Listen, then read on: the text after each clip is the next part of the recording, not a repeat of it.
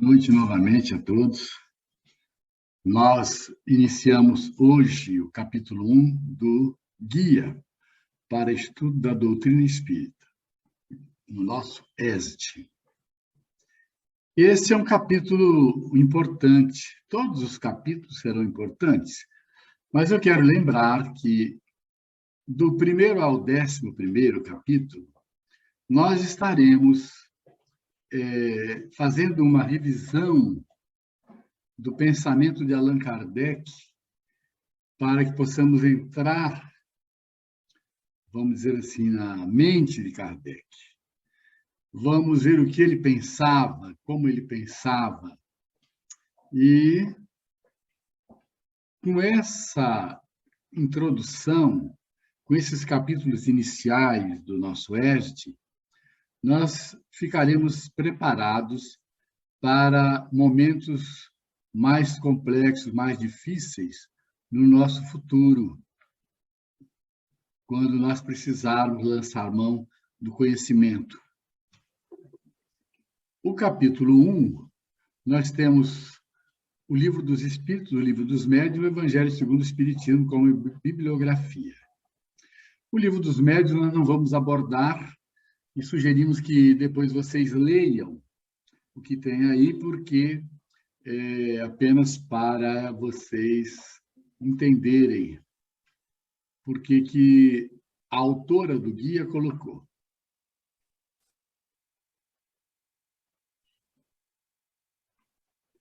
Nós iniciamos com o seguinte texto. Allan Kardec estabeleceu que deveria criar termos novos para aplicar a doutrina espírita e aos seus seguidores, desde que os vocábulos espiritual, espiritualista, espiritualismo têm acepção bem definida, fora necessário diferenciar da palavra espiritual e espiritualismo, criar os termos espírita e espiritismo, deixando-nos aqueles vocábulos para indicar o que a ele se refere. Assim, os adeptos do espiritismo são os espíritas ou espiritistas. Definiu que o Livro dos Espíritos, como especialidade, contém a doutrina espírita, e definiu também que, como generalidade, prende-se a doutrina espiritualista. Isso é o resumo que nós temos no capítulo 1 da introdução. Lá no capítulo 7 da introdução, também nós fizemos uma condensação para ficar bem compreensível. E esse item, o 7, o Herculano Pires denominou a ciência e o espiritismo. Só no livro, na tradução do Herculano Pires, nós encontramos os títulos na introdução. Ele diz assim: quando ocorre qualquer manifestação das corporações científicas sobre qualquer assunto, seja antigo ou seja novo, a maioria das pessoas acata como sendo uma verdade, só pelo fato de sair dos membros das academias. Isso não pode se dar quando o segmento científico fala daquilo que não é da sua alçada.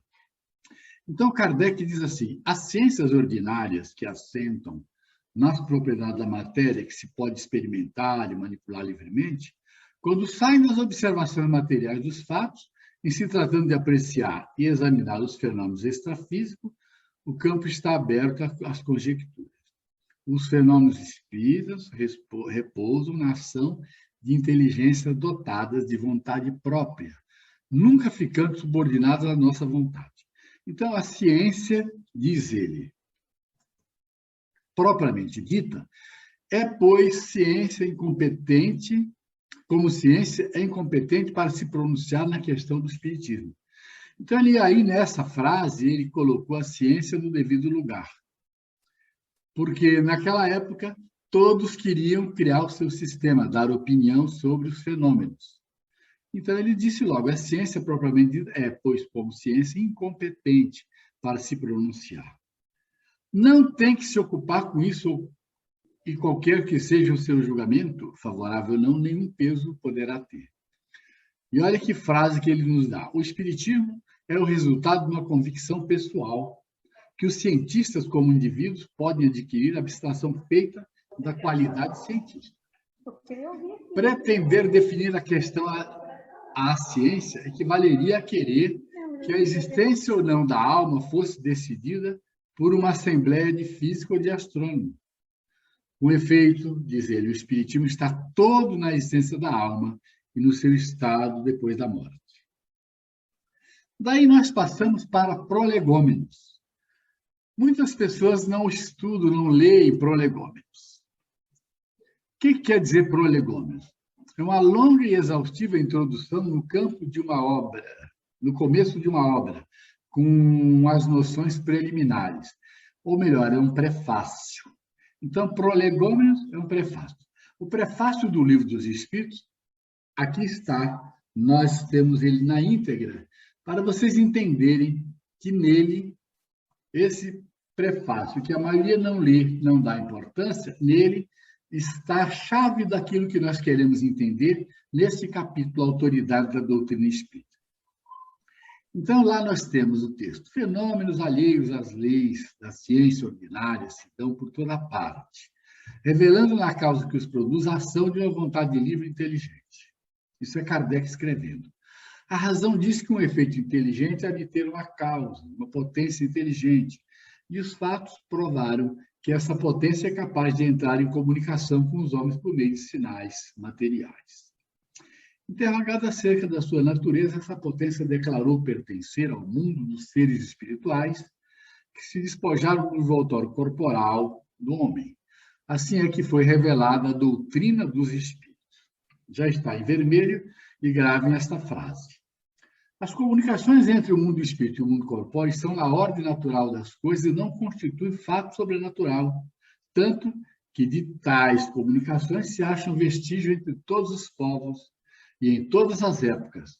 Hoje se generalizaram e tornaram patentes a todos. Interrogado acerca da sua natureza, essa potência declarou pertencer ao mundo dos seres espirituais que despojaram do envoltório corporal do homem. Assim é que foi revelada a doutrina do Espírito. Eu destaquei para que vocês não se esqueçam que ela vai servir mais lá na frente. Os Espíritos anunciam que chegaram os tempos marcados pela providência para a manifestação universal e que, sendo eles os ministros de Deus e os agentes da sua vontade, têm por missão instruir e esclarecer os homens, abrindo uma nova era para a regeneração da humanidade. Então, Kardec escreve: este livro é repositório de seus ensinos. Foi escrito por ordem mediante ditado dos espíritos superiores para estabelecer os fundamentos de uma filosofia racional, isenta de preconceitos, do espírito de sistema. Não contém, nada contém que não seja a expressão do pensamento deles e que não tenha sido por eles examinado. Só a ordem e a distribuição metódica das matérias, assim como as notas e a forma de algumas partes da redação, constitui obra daquele que recebeu a missão de os publicar. Então, vejam os destaques vermelhos. Sendo eles os ministros de Deus e os agentes de sua vontade, têm por missão instruir e esclarecer os homens. Este livro é o repositório dos seus ensinos. Nada contém que não seja a expressão do pensamento deles. Então, Kardec, no prefácio, ele está mostrando que o livro é dos espíritos. Ele fazia parte da equipe do Espírito de Verdade, mas ele deixa muito claro aqui no prefácio que a tarefa é deles. Destaque: este livro é o repositório de seus ensinos, está no texto anterior. Foi escrito por ordem mediante ditado dos espíritos superiores para estabelecer os fundamentos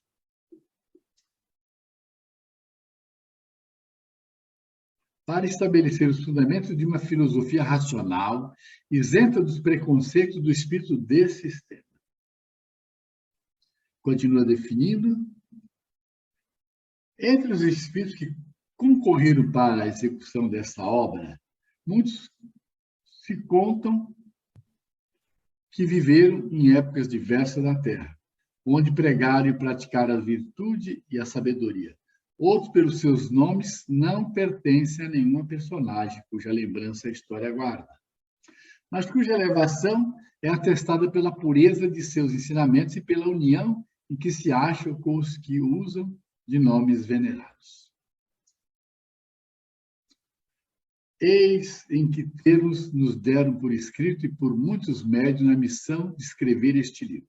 Aí Kardec, então, transcreve textos que provam que os espíritos são os verdadeiros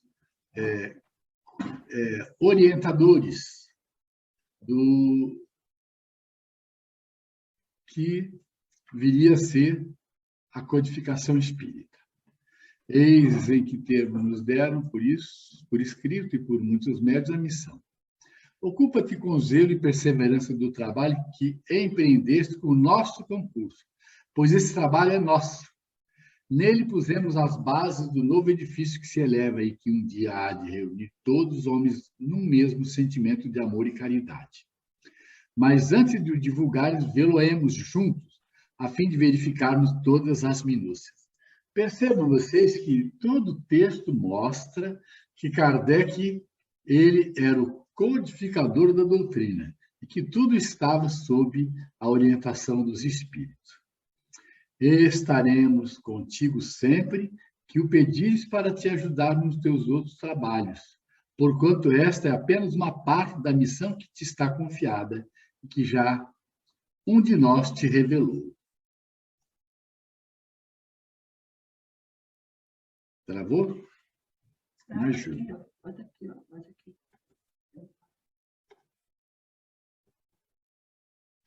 Olha só o que eu destaquei. Pois esse trabalho é nosso. Eles não deixaram de afirmar a Kardec que o trabalho é nosso. Kardec fazia parte, aqui no plano físico, como uma multidão de espíritos que estavam reencarnados e viriam trabalhar, mas eles insistem em dizer que o trabalho era deles.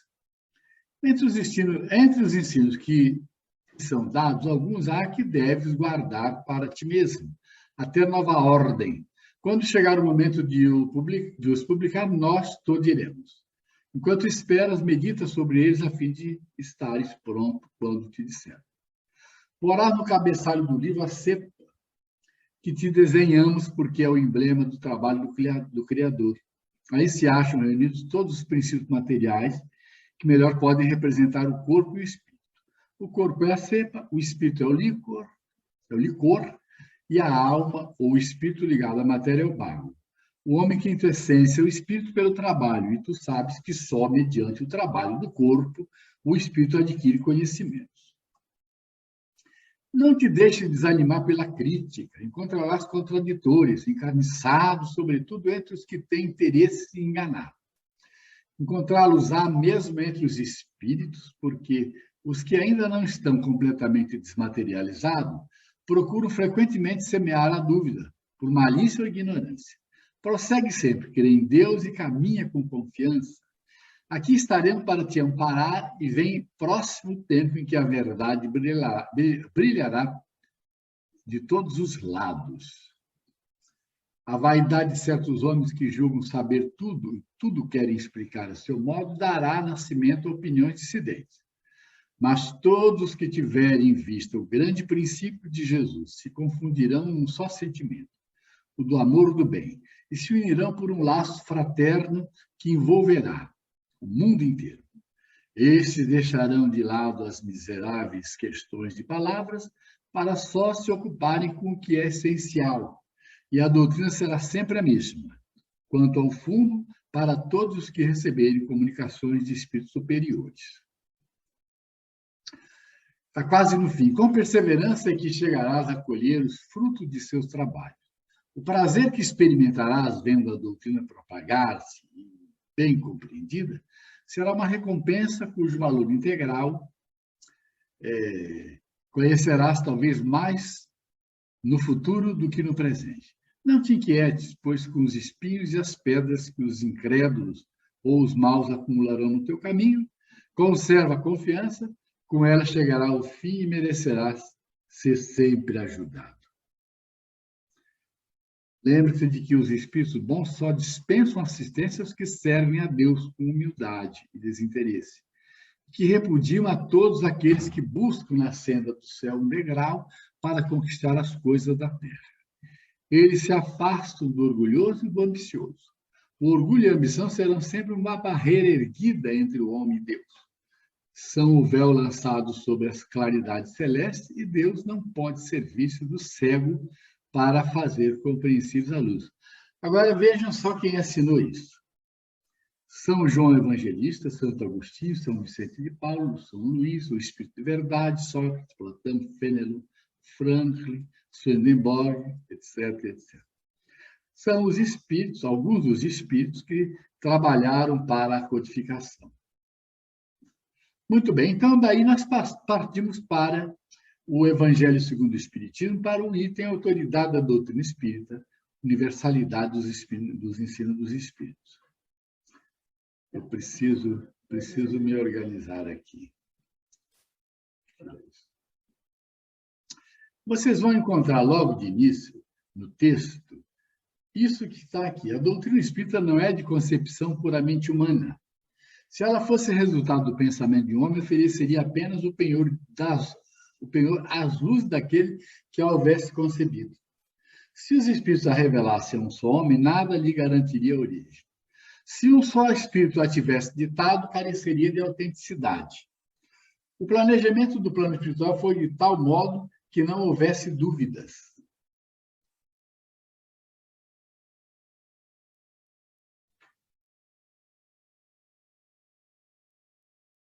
Quis Deus que a doutrina espírita, que a revelação espírita chegasse a todos os homens, por um método que fosse infalível.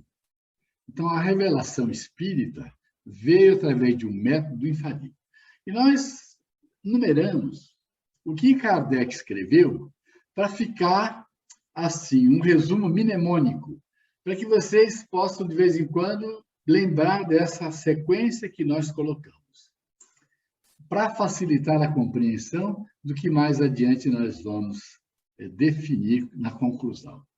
Ele disse assim: Deus quis que a doutrina espírita viesse pelo caminho mais rápido, pelo processo mais autêntico, em todos os pontos da Terra, simultaneamente de um polo ao outro.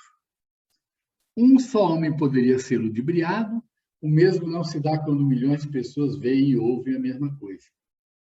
Ademais, diz ele, pode-se fazer desaparecer um homem, mas isso não ocorre com uma coletividade. Podem queimar-se os livros, mas não se pode queimar os espíritos. Se por vaidade alguém, em um ponto da Terra, reivindicasse os direitos sobre os ensinamentos da doutrina, os espíritos a ensinariam em outro ponto, por outros médiums, e passariam por cima de tudo aquilo que viesse interromper o crescimento e a divulgação da doutrina espírita. Socorro aqui. Tá bom. Tá bom.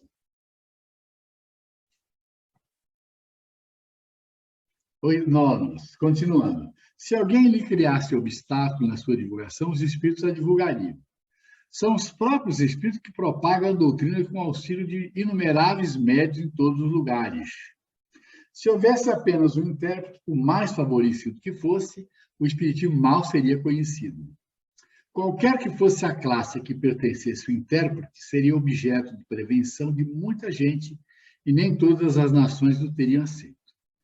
Os espíritos se comunicaram a todos os povos, a todas as seitas, a todos os partidos, todos o aceitaram. E ele nasceu sem nacionalidade. Então, o espiritismo não é francês, porque os espíritos atuaram em todos os pontos da Terra. Apenas, tudo foi canalizado para Kardec, o codificador, porque ele estava na França. A França foi escolhida porque lá a escolaridade era maior e lá estava a representação maior daquilo que a gente chama período de amadurecimento intelectual da humanidade por conta da importância que se dava à educação. Não foi revelada a qualquer culto já existente, portanto, de nenhum faz parte. Nenhuma classe social pode apoderar-se dele ficando em terreno neutro. Foi uma revelação coletiva, prevalecendo a diversidade de origem. manteve-se em terreno neutro para levar todos os homens à fraternidade. É importante isso. Não haveria um revelador, e sim um codificador. Houve uma invasão organizada em todo o setor da sociedade, em todos os pontos da Terra, em todo o setor religioso, em todos os segmentos sociais. Se fosse hoje, diríamos assim, em todos os sindicatos, em todos os clubes, em todos os lugares.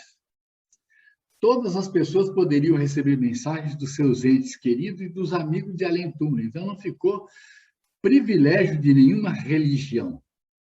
A palavra de um só homem, diz Kardec, mesmo com a ajuda da imprensa, levaria séculos para chegar ao conhecimento de todos. Nessa universalidade do ensino dos espíritos reside a força do espiritismo e também a causa da sua rápida propagação. Me recordo agora que na Revista Espírita nós temos uma passagem que Kardec recebeu uma mensagem de um cidadão que foi para os Andes, e ele recebia lá a Revista Espírita, e ele então foi pregar espiritismo para os nativos. E eles aceitavam com toda clareza, com toda facilidade, as lições que aquele pregador dava. E ele mandou uma carta para Kardec, dizendo das perguntas que eles faziam sobre as questões da reencarnação, da imortalidade da alma e uma série de outras coisas. Milhares de vozes se fazem ouvir simultaneamente em todos os recantos do planeta. Dá a impressão que eu estou repetindo, mas essa é a maneira que Kardec fez para escrever essa introdução 2, para ficar tudo muito mais claro. Então, essas milhares de vozes proclamando os mesmos princípios, transmitindo aos mais ignorantes como aos mais doutos, a fim de que não hajam deserdados. O método usado para o advento do Espírito tem vantagens enormes contra qualquer tipo de cisma. Nós não conhecemos nenhum momento que tenha havido cisma no Espiritismo. Tivemos alguns problemas, sim, por alguns grupos que desejarem menosprezar o aspecto religioso do Espiritismo, ficando só com o filosófico científico, mas isso não gerou cisma.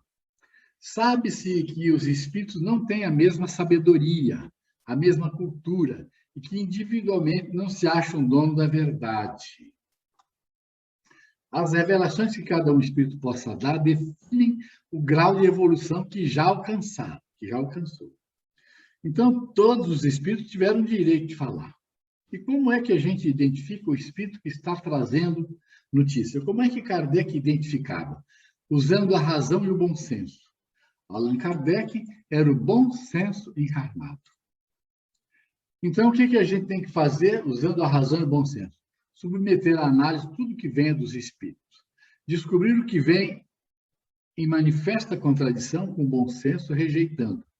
Não importa a assinatura do espírito. Então, se o espiritismo passava uma assinatura pomposa, Kardec não aceitava só por causa da assinatura. E ele diz assim, uma garantia séria existe para o ensino dos espíritos, a concordância que haja entre as revelações que eles façam, espontaneamente, servindo-se de grande número de médiuns, estranhos uns aos outros em vários lugares. O princípio da concordância é também uma garantia contra alterações que poderiam sujeitar o espiritismo a seitas que se propusessem apoderar-se dele em proveito próprio e acomodá-lo à vontade. O espiritismo ele surgiu protegido de todas as ideias que pudessem vir e de todos aqueles que poderiam se apoderar dele. E se houvesse alguém que quisesse se apoderar dele, os espíritos iriam intervir.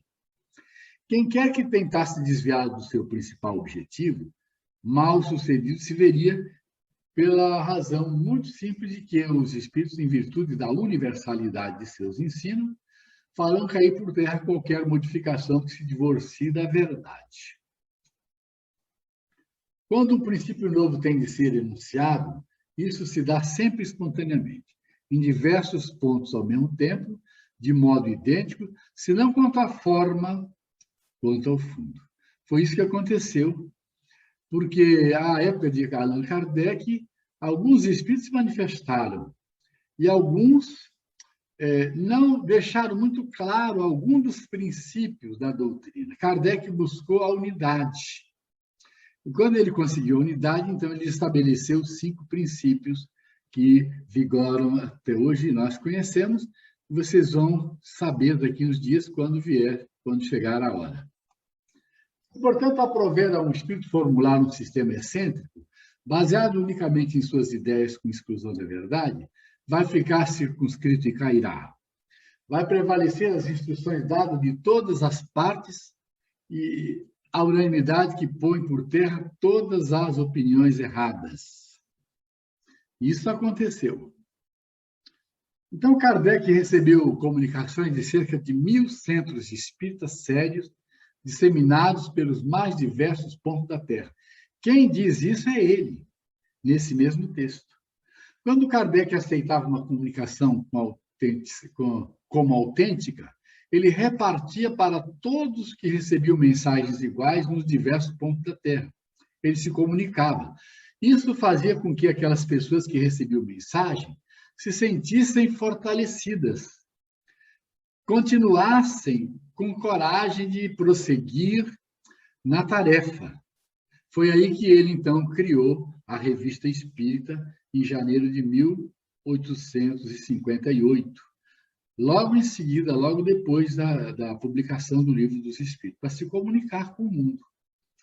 O que deu lugar ao êxito da doutrina espírita, em O Livro dos Espíritos e O Livro dos Médiuns, foi que, em toda parte, todos receberam diretamente dos espíritos a confirmação do que esses livros contêm.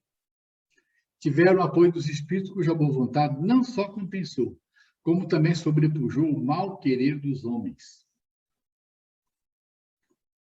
Então, do sistema de um só espírito ou de um só médium, a de todos os espíritos e de todos os médiuns medeia a distância que vai da unidade ao infinito. O que quer dizer isso? Se os espíritos fossem usar só um médium e só um elemento coordenando o trabalho, diferente do que aconteceu, era só um elemento coordenando, mas os médiuns eram milhares, as comunicações eram milhares, e os espíritos eram milhares.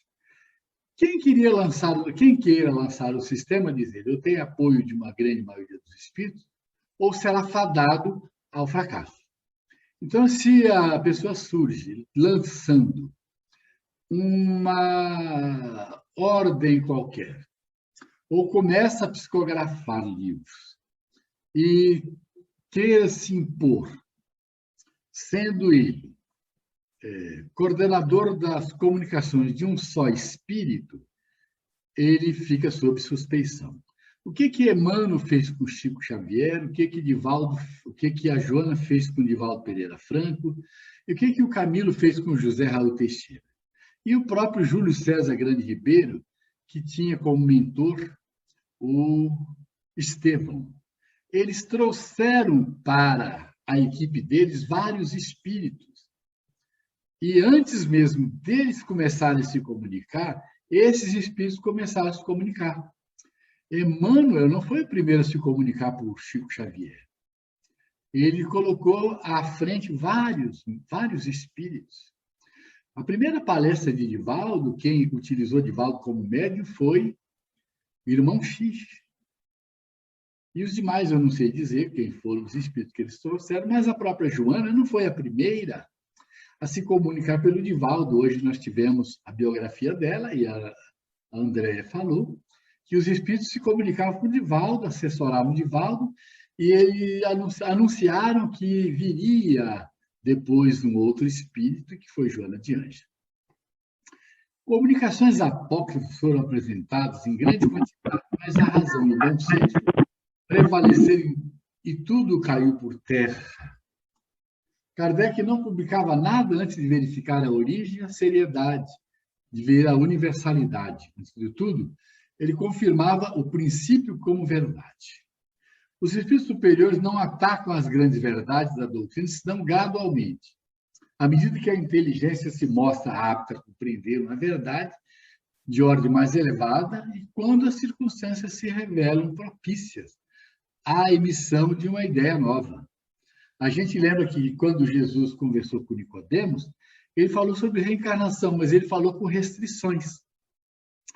Assim, os espíritos vieram fazendo durante todo o planejamento para a codificação espírita.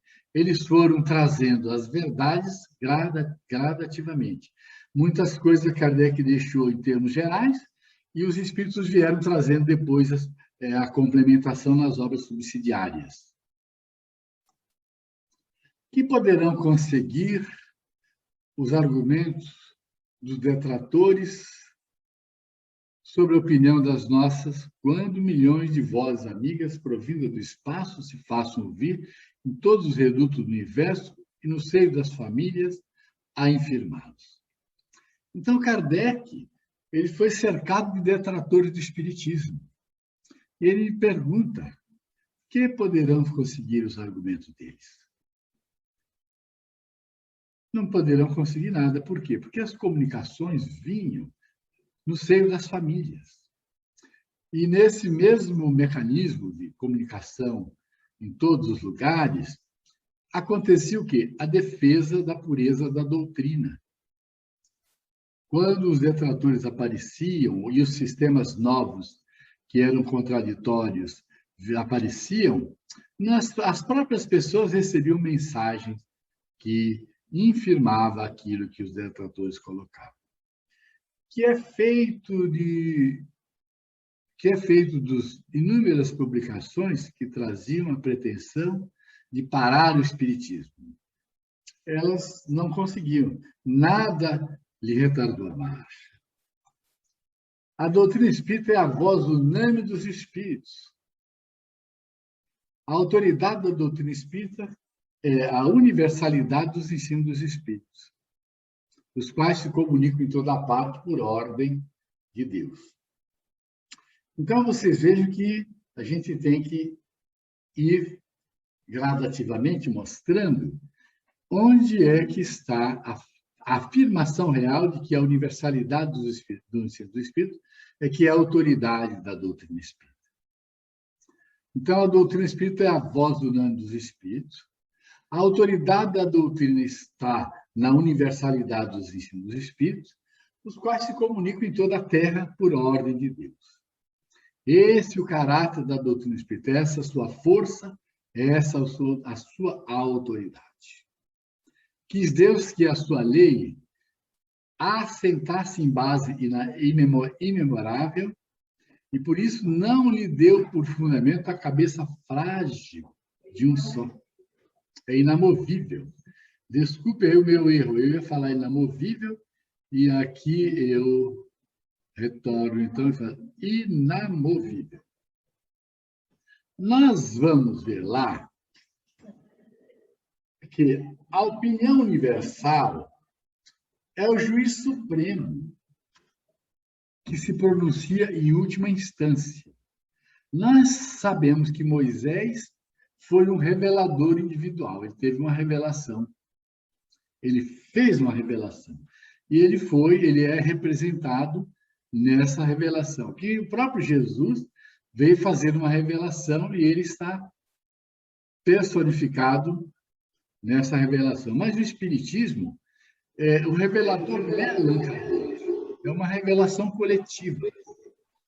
Portanto, eu quis deixar isso aqui bem claro, que nessas três grandes revelações, a primeira teve a personificação em Moisés, a segunda em Jesus, e a terceira, ela tem Kardec como codificador, mas ela é coletiva.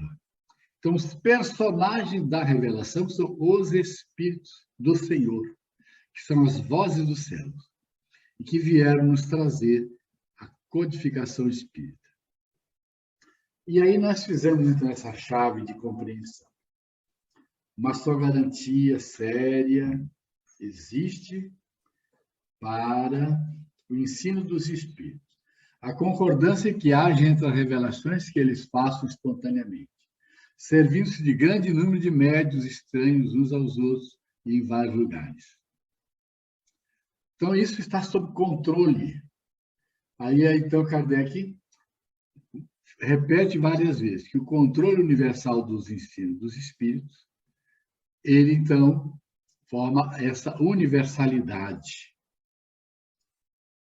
E que é daí que nós, então, é aí que nós encontramos a autoridade da doutrina espírita. E aí nós vamos às outras religiões e vemos que cada religião tem uma autoridade, alguém que representa, que pode modificar os princípios básicos, que pode, através de suas orientações, modificar os princípios daquela doutrina. No Espiritismo não tem isso. Os espíritos ditaram a codificação. Então, aí que está a autoridade da doutrina. É na universalidade dos ensinos que eles trouxeram. Onde existia um foco qualquer, trazendo ensinamento que pudesse contrariar os princípios básicos, esses sistemas caíram por terra, ficando só a verdade, só aquilo que ficaria compondo o corpo de doutrina. Eu espero que vocês compreendam isso, que é muito importante para esse começo nosso. Então, onde nós encontramos? Na codificação espírita. A lição dos espíritos, ali está a autoridade da doutrina espírita. Kardec é o nosso codificador. Ele representa aqui entre nós essa falange de espíritos que compõem a equipe do Espírito da Verdade.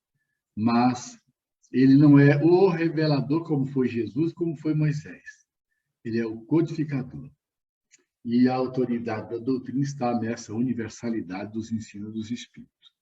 Esse é o resumo que coube fazer nesse texto do Livro dos Espíritos e do Evangelho segundo o Espiritismo.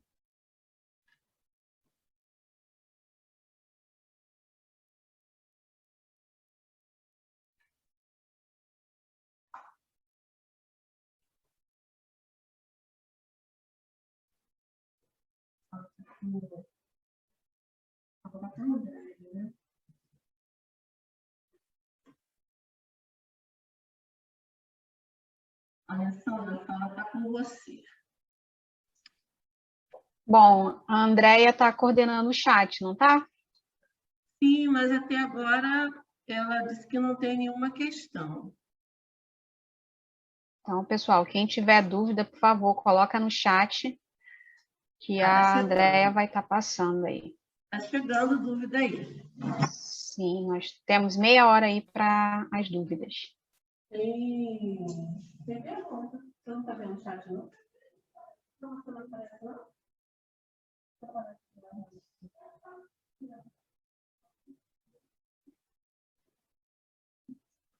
A velocidade com que nós fizemos o estudo foi por conta da nossa problemática da internet. Então, eu espero que vocês tenham compreendido e que não tenha havido prejuízo no nosso resumo. Alessandra... Anilska, a Andréia está sem microfone, não está? Sim, mas ela não está conseguindo ler as perguntas no chat. E aí, você pode ler daí? Posso, vamos lá.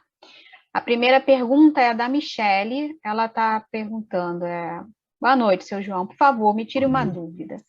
Se os ensinamentos cristãos estão na essência da alma, por que ainda não expressamos naturalmente os esclarecimentos deixados por Jesus e os Espíritos?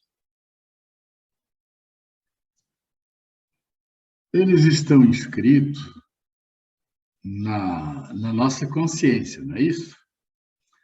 Só que, à medida que nós vamos evoluindo e valorizando cada vez mais esses ensinamentos, eles vão ficando mais claros para nós e nós vamos cuidando de aplicá-los mais. As leis de Deus estão na nossa consciência? Sim. Só que nós somos espíritos ainda muito pouco adiantados. E nós precisamos dessas revelações para ativar na nossa memória essas leis que estavam e ainda estão latentes. Então, você está questionando por que que foi preciso da revelação espírita. Não é mais ou menos isso? Ela está perguntando por que, se a gente tem o conhecimento dos ensinamentos cristãos, né, que Jesus trouxe, por que a gente ainda não tem, né, no caso da humanidade, a gente não consegue expressar naturalmente esses esclarecimentos que tanto foram deixados por Jesus quanto pelos espíritos. Sim. Acho que eu consegui. Eu também compreendi. Nós não conseguimos porque nós não temos exercitado isso. Nós não temos acionado isso. Agora, a maioria das pessoas não tem isso, não aprendeu ainda essas revelações que vieram. Uma grande parcela da humanidade não conhece a doutrina cristã, os ensinamentos de Jesus. E a maioria ainda, muito maior ainda, desculpem a forma de expressar, não conhece a doutrina espírita. Veja você em torno, em volta de você, no seu dia a dia, que as pessoas nunca ouviram falar de Allan Kardec, da doutrina espírita. A maioria das pessoas na Terra não conhece Jesus.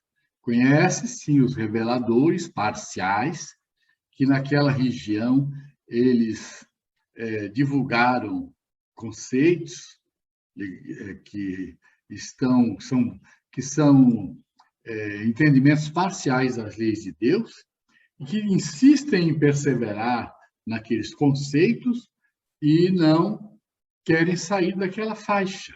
Conheço pessoas que estão buscando as revelações parciais de 500 anos antes de Jesus e não aceitam as revelações que Jesus trouxe.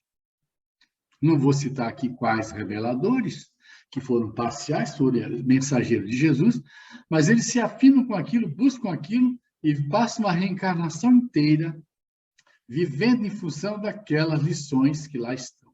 Ora, se Jesus veio trazendo a segunda grande revelação, o planeta inteiro já deveria estar se interessando em saber por quê. Por que que um homem vem, dá a vida como ele deu, morre como ele morreu, sofre e ainda perdoa, pede perdão pela humanidade? Por que que esse espírito não merece uma reflexão maior das pessoas? Então, é o estado de evolução da Terra. A maioria não sabe ainda, não conhece. Eu estudo o Evangelho continuamente, porque eu preciso internalizar as lições do Evangelho. Se eu parar onde eu estou agora, eu vou desencarnar com conhecimento limitado. Eu preciso continuar. E as pessoas tiveram 2 ou 3 lições e abandonaram, porque não tem afinidade ainda. É o estado de evolução do ser. E a humanidade toda está incursa nessa problemática.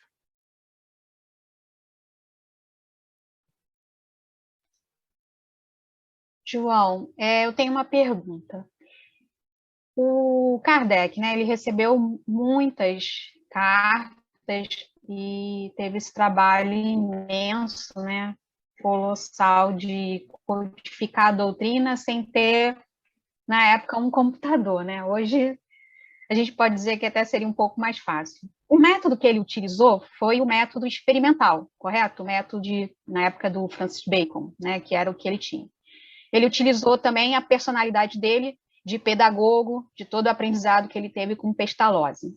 Nesse ponto, o senhor acredita que houve a comunicação, a universalidade das mensagens, né, da autoridade da doutrina, mas em alguns momentos Kardec também colocou as reflexões dele na codificação, correto? Ele faz da equipe do Espírito de Verdade. ele tinha que estar aqui no plano físico para trabalhar. E ele foi escolhido porque era o espírito genial, com um poder extraordinário de coordenar tudo. Ele não foi escolhido por acaso, ele não era o último da fila lá no mundo espiritual, como Jesus se refere a João Batista. Ele era o especial. Ele estava numa assembleia onde estavam todos os grandes gênios da humanidade, representantes de todas as nações que trabalharam e vinham trabalhando durante muito tempo. Imagina você que a assembleia era aquela em que Jesus escolheu Allan Kardec. Ele tinha que ser genial. Eu, sempre que posso, eu dedico a minha gratidão a Allan Kardec. Eu imagino Jesus diante daquela assembleia de gênios, ele tinha que encontrar alguém que tivesse uma mente extraordinária. E ele foi chamado para a tarefa depois de experimentar tudo aquilo que uma pessoa comum nas lutas da vida experimenta. Ele foi chamado aos 50 anos de idade. Então, ele já estava terminando a tarefa dele de pedagogo na área do ensino e foi chamado para a tarefa. Toda a experiência dele, muitas reencarnações, e a experiência da reencarnação como Hipólito e Leon Denis Arrivaio, serviriam para ele fazer o que ele fez. Quando você falou que não tinha computador, eu sempre falo, ele tinha um mini escritório, uma mesinha pequena e aquela pena com a caneta tinteiro. E não reclamava, com certeza. Hoje nós temos tudo e reclamamos. Foi um gênio, que a humanidade vai reconhecer muito mais no futuro. E nós já reconhecemos. Ok. Bom, o pessoal não colocou aqui perguntas, não sei se eles estão com dificuldade para digitar. Esse é o momento, pessoal, de tirar dúvida. Coloquem no chat, por favor.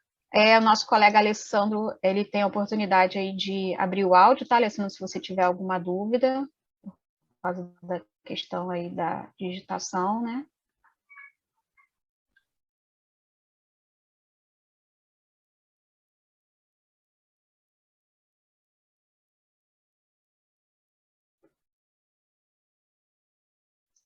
Bom, já que o pessoal não tem, eu vou colocar mais uma dúvida, vou aproveitar.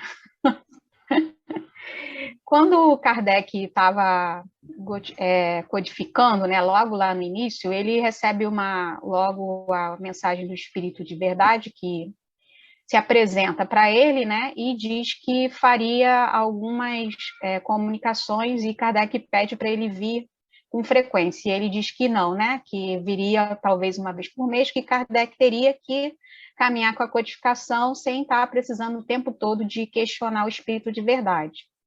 E ele é advertido para que assim que ele terminasse, não logo entregasse para publicação o Livro dos Espíritos. E quando ocorre a publicação, logo depois, né, algum tempo depois, Kardec adiciona algumas perguntas. As perguntas adicionadas posteriormente vieram do trabalho que ele tinha com a Revista Espírita ou mesmo de comunicações posteriores? Olha, Allan Kardec recebia uma imensidade de questões. E ele tinha que ler tudo. E ele começou logo fazendo a seleção. Quando você diz aí que o Espírito da Verdade pediu para ele não publicar logo, eu considero muito essa questão. Quando ele lançou o primeiro Livro dos Espíritos, ele tinha 501 perguntas selecionadas. Ele fez uma introdução e uma conclusão. E ele depois teve que elaborar de novo o livro. Foi um livro novo. Você não pode dizer que foi o mesmo livro. Ele elaborou 119 perguntas. E eu falei sobre o Livro dos Espíritos um dia desses, e contabilizei 190, se não me engano, 190 notas de Kardec no livro todo.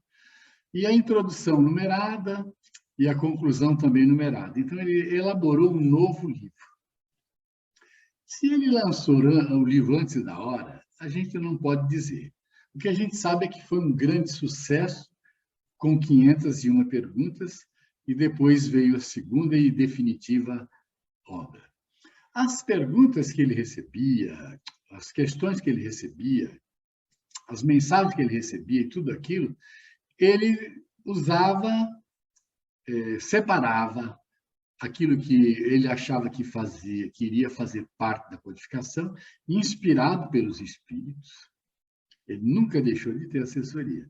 Mas ele também tinha que ter a parte dele, que foi aquilo que ele acrescentou como notas e etc. E tal. E a própria elaboração das perguntas tinha que ser com a mente muito privilegiada, diga-se de passagem, não poderia ser qualquer um.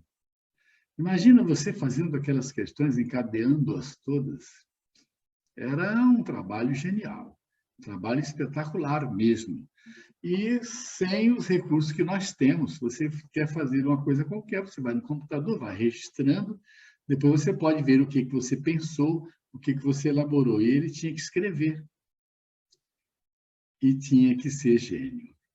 Agora, a sua pergunta é para definir se ele utilizava as mesmas questões que ele publicava na revista.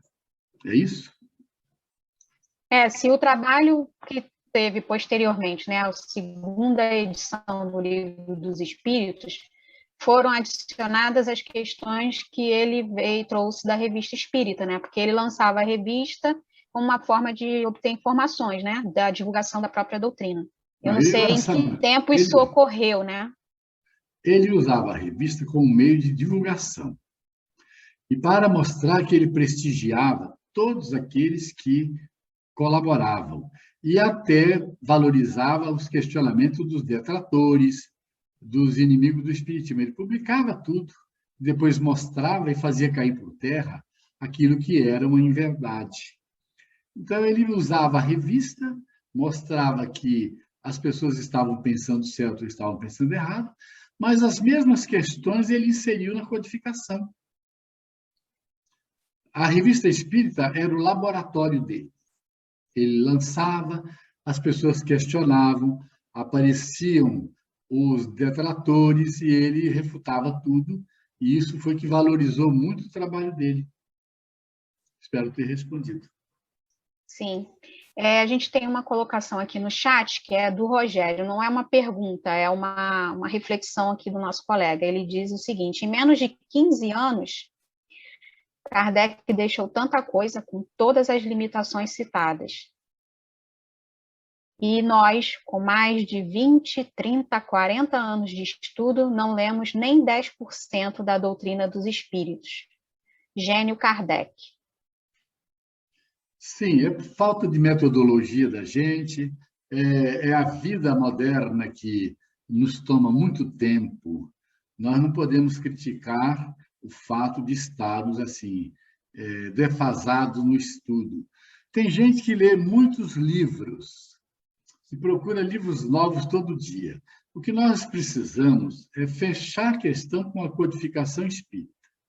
Se nós, durante uma reencarnação, essa reencarnação que nós estamos estudando, nós aprendermos a codificação espírita, podemos desencarnar em paz, porque tem muitas coisas para nós aprendermos na codificação espírita. Mas não podemos deixar de lado as obras subsidiárias, porque elas são complementares. Entendeu? Então, não vamos fazer sentimento de culpa, porque Kardec ficou definitivamente voltado para a doutrina, ele se aposentou. E os aposentados aí que puderem, vamos ficar na doutrina espírita. Vamos estudar mais, trabalhar mais no centro espírita. E nós temos um método de estudo que ele, se nós insistirmos até o fim, nós vamos aprender e vamos terminar a reencarnação com conhecimento.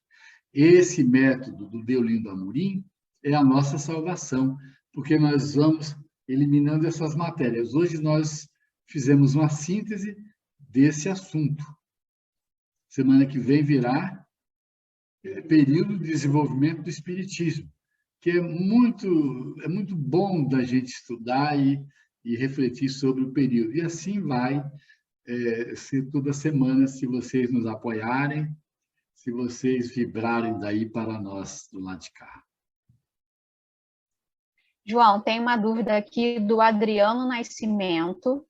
Eu acho que é um pouco baseado no filme, né? O último filme que a gente teve aí do Kardec, com base na biografia feita pelo Marcelo, né? Ele pergunta o seguinte: no período pós-lançamento do Livro dos Espíritos, Kardec foi de fato preso ou detido por algum motivo, como mostra o filme? Não consta na história que Kardec tenha sido preso. E nem que ele tenha ido pedir favores aos cardeais. Não existe isso na literatura. Aquilo ali foi uma questão, foi para que o filme pudesse ficar talvez mais interessante, eles fizeram inseriram aquilo, mas não consta, eu nunca li nada, nunca ouvi pessoas que conhecem muito mais do que eu falarem que Kardec tenha sido preso. Quem foi preso mais tarde por valorizar médiums que, na verdade, não eram médiums, eles faziam lá umas prestidigitações, faziam certos espetáculos, foi Pierre Gaëtan Leymarie, que foi preso, e a esposa dele e o filho, ficando com a Amélie Boudet, tocaram a aula para frente, e ela lutou para defender, ele depois foi solto, e desse processo todo, inclusive, surgiu o livro Processo dos Espíritas. Mas não consta em lugar nenhum que Kardec tenha sido médico, que Kardec tenha sido preso, que Kardec tenha ido pedir favor a cardeal algum, etc. O filme foi muito bem feito, segundo a crítica do pessoal do cinema, da Faculdade de Cinema da UF. Isso chegou a mim através de uma pessoa muito criteriosa também. Então, fizeram uma crítica muito favorável, dando uma nota muito alta ao filme sobre Allan Kardec.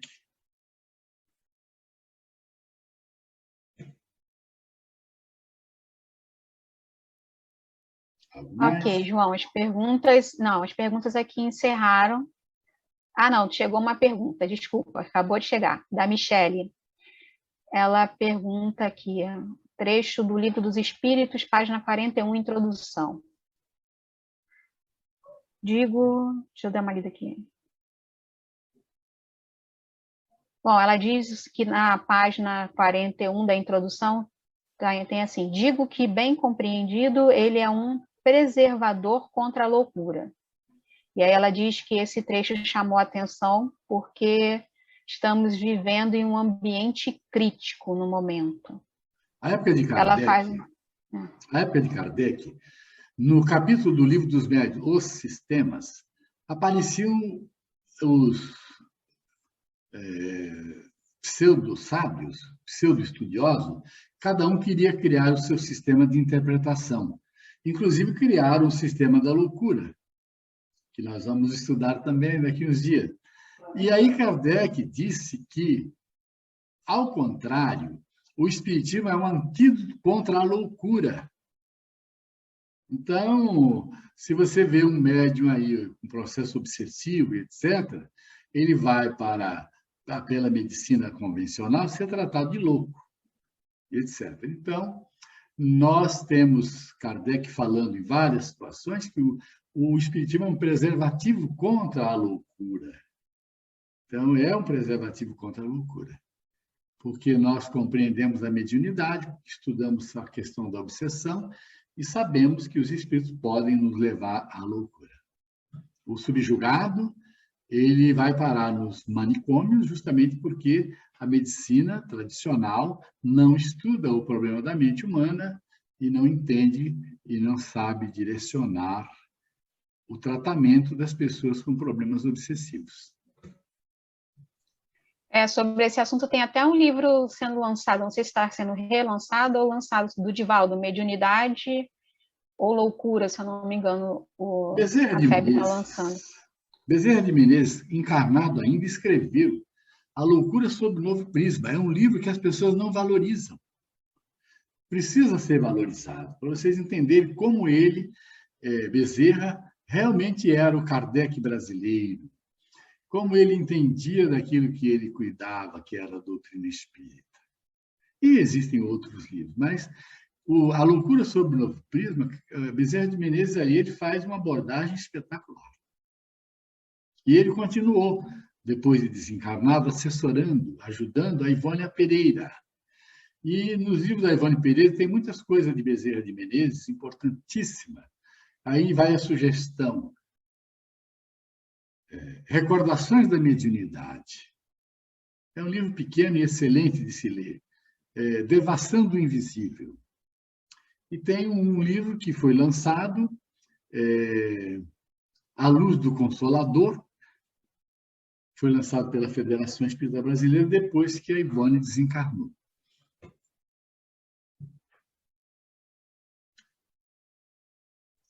João, agora acredito que acabou. As perguntas, a gente também já está em 5 minutinhos aí para a nossa finalização. Eu acho que uma dica boa para o pessoal seria que eles pudessem ler o item, né, que a gente vai estudar no próximo, fica mais fácil para compreender, para fazer as perguntas, que esse começo está sendo uma revisão para a maioria, né? A maioria de nós é uma revisão, mas alguns é novidade. Capítulo 2. Alessandra, segunda-feira será o capítulo 2. Período de desenvolvimento do espiritismo. Esse capítulo, ele é muito importante, porque a gente vai voltar a ver Kardec pensando, elaborando, prevendo as coisas. É muito bonito esse capítulo, eu gosto muito. Vai ser feito pela Nilska. Então, nós vamos nos deliciar com esse capítulo na semana que vem. E eu vou fazer pergunta à Nilska. Também. Olha, a Michele está aqui agradecendo mais uma vez por essa noite tão generosa em conhecimento. A gente também agradece, né? Eu agradeço a atenção de vocês, a participação de vocês. Vamos seguir adiante com esse projeto, que ele vai nos ajudar muito. João e Alessandra, rapidinho, parabéns pela noite de hoje. A ausência de perguntas é muito em função da forma como o senhor condensou a explicação. Obrigado. Então, não foi nem a questão... Eu, pelo menos, li, né? Mas não foi muito bem exposto o tema. Muito bem. Então, vamos encerrar, fazer nossa prece final? Vamos. Vamos, então, todos fecharmos os olhos e agradecermos a Jesus, aos seus trabalhadores da Seara Espírita, por essa noite proveitosa de estudo, de reflexões, de aprendizado. Agradecer pelos nossos irmãos benfeitores, por todo o amparo que recebemos, por todo o auxílio, e pedir que possamos ter uma noite de sono tranquila, que aqueles que, porventura, tiverem a oportunidade do trabalho sejam voluntários da Seara de Jesus, e que na próxima segunda possamos estar mais uma vez reunidos aqui com o objetivo maior do aprendizado, do melhoramento de dentro para fora, para sermos, em conjunto, trabalhadores da doutrina espírita, do Evangelho de Jesus Cristo. Assim, agradecemos imensamente e pedimos a Jesus que esteja sempre em nossos corações. Que assim seja.